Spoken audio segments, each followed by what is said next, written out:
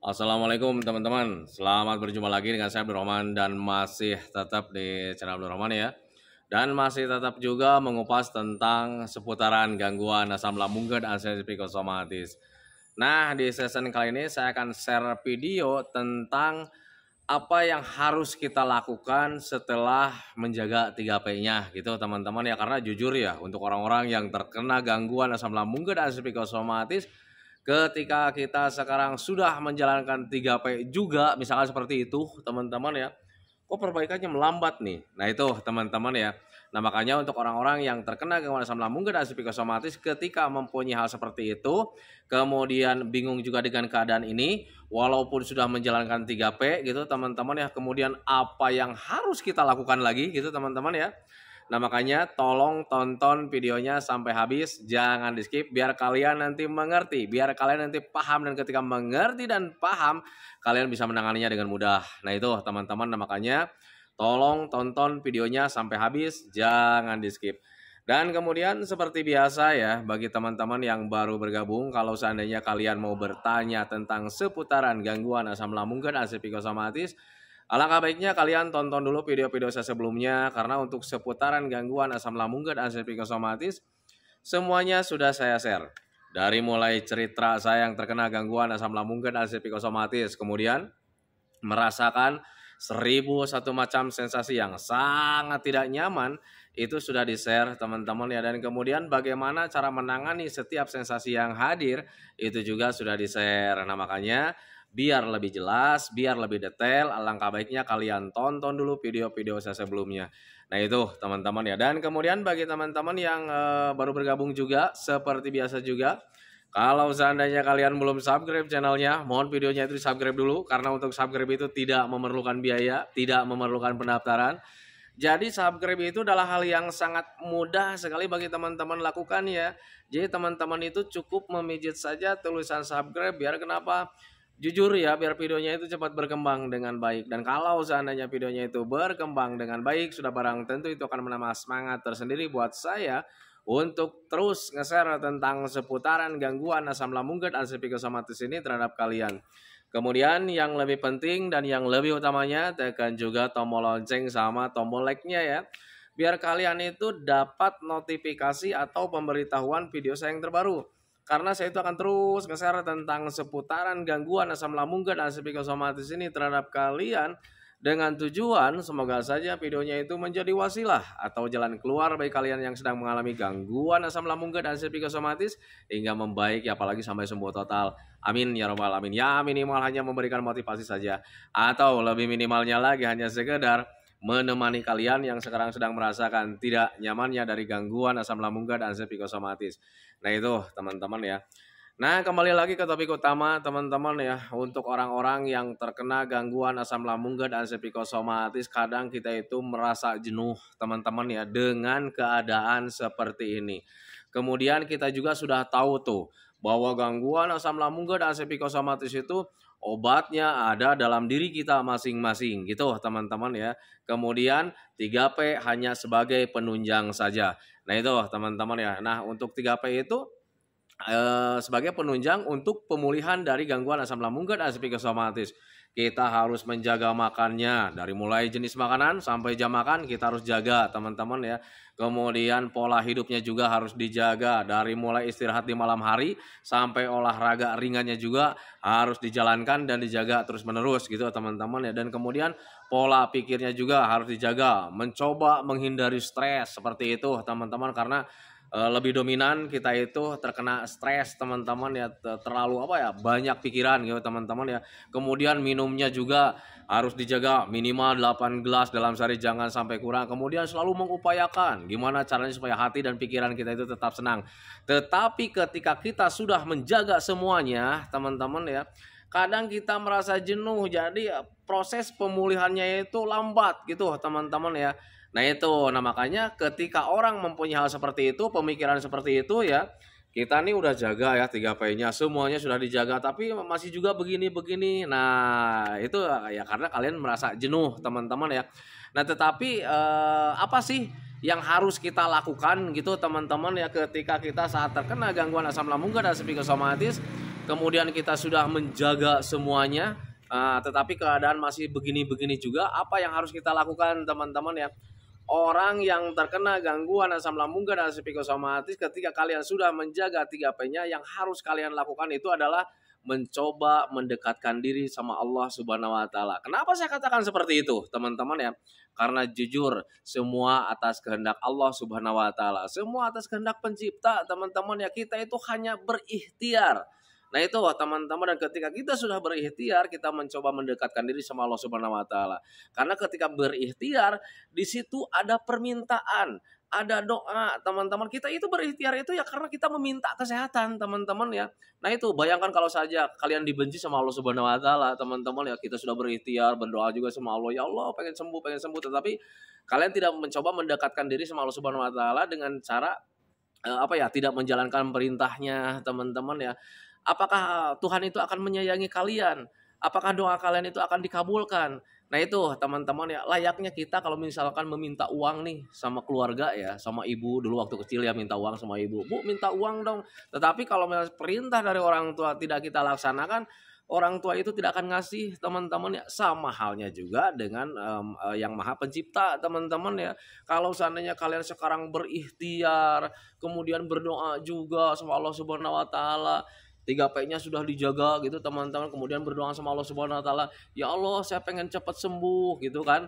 Nah itu teman-teman, tetapi kita itu tidak menjalankan perintahnya, ya sama aja bohong teman-teman. Lu minta kesehatan, lu aja nggak pernah nurut kan gitu teman-teman ya.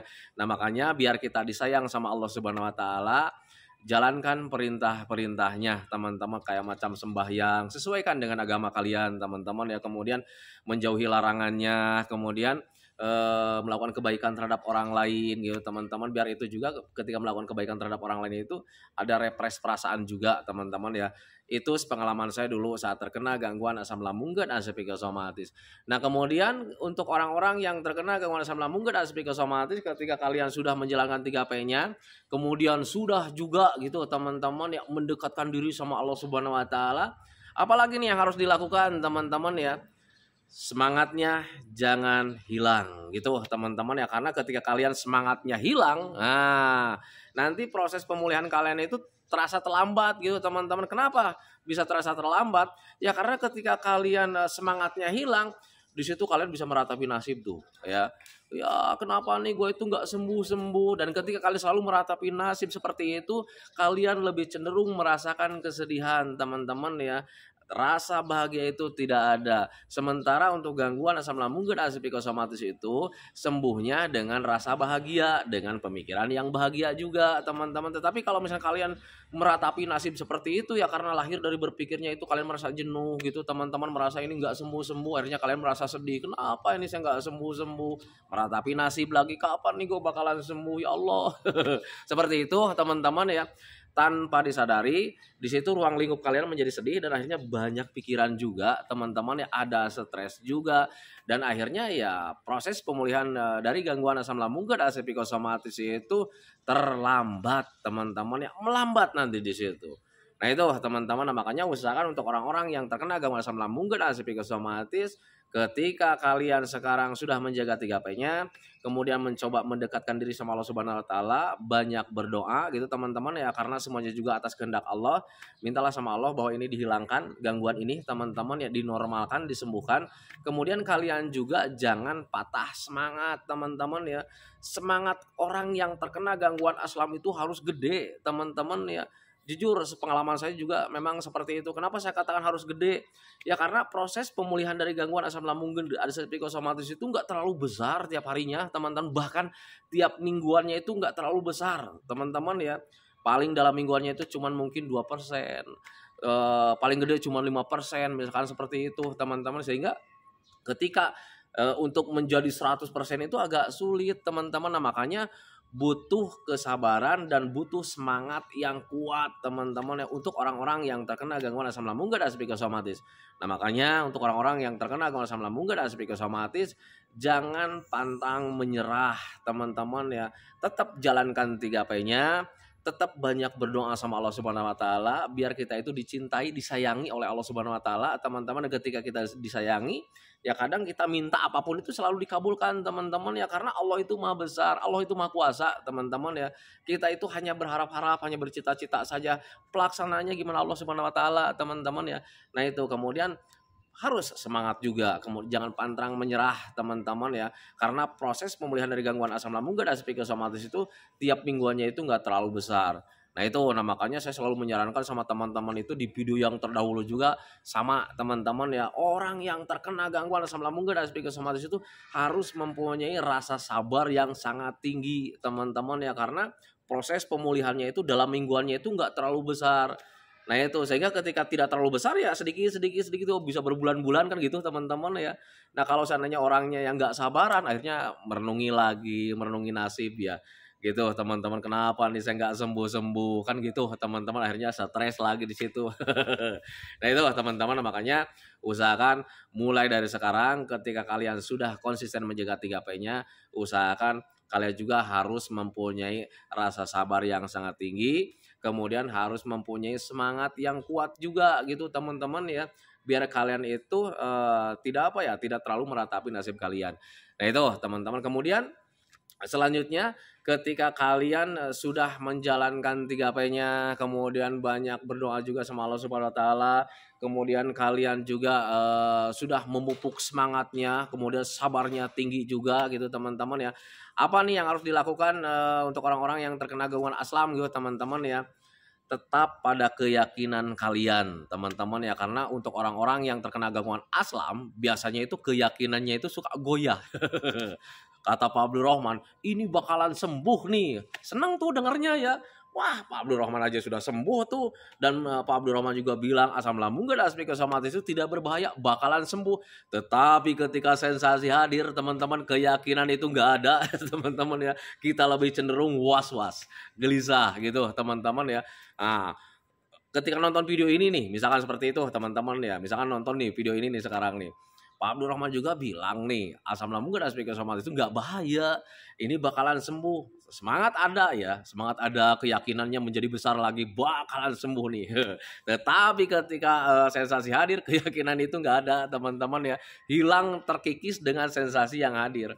Nah itu teman-teman, makanya usahakan untuk orang-orang yang terkena gangguan asam lambung dan psikosomatis, keyakinannya jangan goyah gitu, teman-teman ya, karena memang pada dasarnya untuk gangguan asam lambung dan psikosomatis itu bakalan sembuh, teman-teman. Nah makanya ketika kalian sensasinya mulai hadir, kemudian bisa menggoyahkan keyakinan kalian, teman-teman ya, usahakan kalian itu harus selalu menanamkan dalam pikiran kalian bahwa kalian itu bakalan baik-baik saja, teman-teman, karena memang pada dasarnya kalian itu bakalan baik-baik saja, teman-teman ya.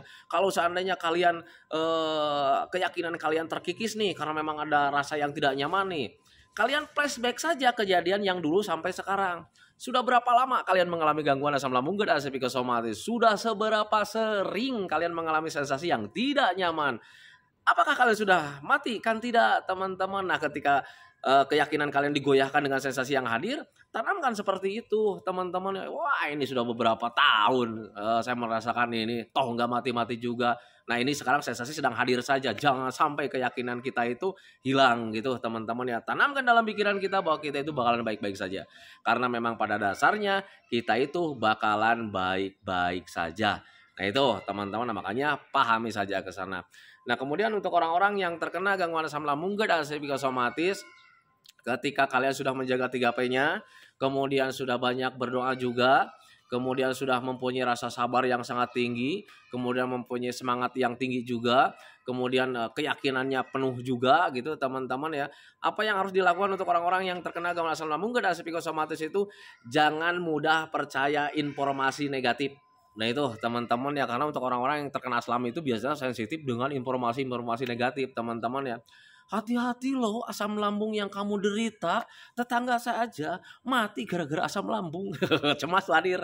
Nah itu teman-teman ya, cemas kalian pasti hadir, pasti was-was, gelisah, wah gemeteran lagi, irama jantungnya nggak beraturan lagi, kacau lagi tuh perasaannya. Nah itu teman-teman, makanya usahakan untuk orang-orang yang terkena gangguan asam lambung dan psikosomatis, kalian itu jangan mudah percaya informasi negatif, teman-teman ya. tekankan saja, perkuat apa yang dikatakan sama dokter, teman-teman ya. Dokter itu lebih pintar. Kita itu hanya pintar mengira-ngira, teman-teman. Kalau seandainya kalian kata dokter itu cuman asam lambung saja, ya sudah, teman-teman, asam lambung saja. Kalau dokter bilang cuman GERD doang, ya sudah GERD doang. Kalau misalkan dokter bilang cuman gastritis doang, ya sudah gastritis doang. Kalau cuman dokter bilang cuman dispepsia fungsional saja, ya sudah dispepsia fungsional saja, teman-teman ya. Dan itu tidak berbahaya, teman-teman ya. Kalian jangan pernah mengira-ngira ke hal-hal yang jauh, teman-teman ya. Tanda-tanda mendekati kematian. Biasanya orang yang sedang apa ya? Yang sedang aslam di parah-parahnya tuh, yang pempunyai rasa cemas, was-was, gelisahnya masih gede-gede, biasanya itu suka googling, teman-teman ya, cari tanda-tanda. Saya dulu seperti itu, teman-teman ya. Tanda-tanda kematian. Wah, ketika dilihat, dibaca, akhirnya sama dengan apa yang kita rasakan, tambah cemas. Untuk kematian itu tidak ada tanda-tanda, teman-teman ya. Nah itu, jadi yang namanya kematian itu rahasia Allah. Kalau seandainya ada orang yang bilang tanda-tanda kematian itu seperti ini, seperti ini, seperti ini, nah itu dia berarti orang musyrik, teman-teman ya. Toh dalam Al-Quran juga dikatakan bahwa kematian itu adalah rahasia Allah. Nah itu, teman-teman, jadi tidak ada pertanda kematian. Nah makanya untuk orang-orang yang terkena gangguan aslam, kalian jangan pernah googling cari pertanda-pertanda, teman-teman. Tidak ada tanda-tanda kematian, teman-teman ya. Nah itu, orang yang sudah koma saja bisa hidup lagi. Nah itu, teman-teman, tengok di rumah sakit banyak yang koma udah berbulan-bulan, bahkan itu di film-film juga ada ya, kisah nyata tentang orang yang sudah komanya itu bertahun-tahun kemudian bisa hidup lagi. Nah itu maka itu jadi patokan buat kalian. Jadi untuk kematian itu tidak ada pertanda-tanda, teman-teman ya. Kalau seandainya orang yang koma sama dengan persis ya pertanda-tanda kematian kan ya. Nah itu, teman-teman, nah, makanya usahakan kalian itu jangan terlalu mencari informasi-informasi yang terlalu negatif lah gitu, teman-teman, biar kalian itu tidak tambah cemas, tidak tambah stres, teman-teman. Nah, makanya usahakan ke sana. Tetapi ya sialnya gitu ya, untuk orang-orang yang terkena gangguan aslam, sama saya juga mengalami seperti itu. Nah makanya saya share videonya itu ke teman-teman itu biar teman-teman itu tidak terlalu sama seperti saya. Karena ketika kalian terlalu sama dengan saya, selalu googling lah, selalu percaya dengan informasi negatif lah. Kalian tahu kan ya, kita itu menderita, teman-teman ya. Nah makanya biar kalian tidak terlalu menderita, saya selalu informasikan sama teman-teman itu, jangan selalu googling dengan hal-hal negatif, teman-teman ya. Alangkah baiknya kalian itu googlingnya itu tentang kebahagiaan-kebahagiaan, teman-teman ya. Cari tempat-tempat yang menyenangkan, misalnya seperti itu, pemandangan yang paling bagus di mana nih. Nah kalau itu bisa menimbulkan kalian itu rasa senang ketika lihat postingan-postingannya itu yang indah-indah, tergugah tuh rasa semangat kalian. Gue pengen nih jalan-jalan ke sana, kan gitu teman-teman ya. Nanti ketika kalian mempunyai perasaan seperti itu, minimal kalian itu ada perbaikan. Nah itu, teman-teman, karena jujur saat terkena gangguan asam lambung gak ada psikosomatis, perasaan, pikiran, semuanya itu ke hal negatif. Dan ketika kita melihat postingan-postingan yang bagus, kadang tergugah ya perasaannya untuk menghadiri ke tempat itu. Nah itu, teman-teman, nah, makanya pahami saja ke sana. Jadi untuk orang-orang yang terkena gangguan aslam, hentikanlah googling, apalagi googlingnya itu tentang pertanda-tanda. Orang yang aslam itu ada sensasi sedikit saja di ketiak, wah tanda-tanda sakit ketiak nih, apa nih? Jangan-jangan pertanda kematian. Tambah cemas, teman-teman ya. Jujur pengalaman seperti itu. Ya karena untuk orang aslam itu jiwa keponya itu gede, teman-teman ya. Jadi jangankan hal-hal yang besar ya, hal-hal kecil saja kayak macam rambut rontok gitu, teman-teman. Kemudian kita itu ketika olahraga seperti ada ditusuk-tusuk, badan kita itu kayak macam ditusuk-tusuk jarum banyak seperti itu. Kadang kita penasaran, teman-teman ya, cari-cari di Google itu ya, di googling itu. Tanda-tanda badan kita itu rasanya seperti tertusuk-tusuk jarum. Nah, ketika orang yang nulisnya itu orang nggak benar, teman-teman, akhirnya ditakut-takuti. Pertanda kematian, awas lu, hati-hati, bahaya. Kalau seandainya tidak ditangani dengan cepat, itu bisa menyebabkan kematian. Nah, makanya belilah ini. Wah, akhirnya kalian keluar uang lagi. Nah, itu teman-teman, nah, makanya usahakan pahami saja tentang seputaran gangguan asam lambung dan psikosomatis.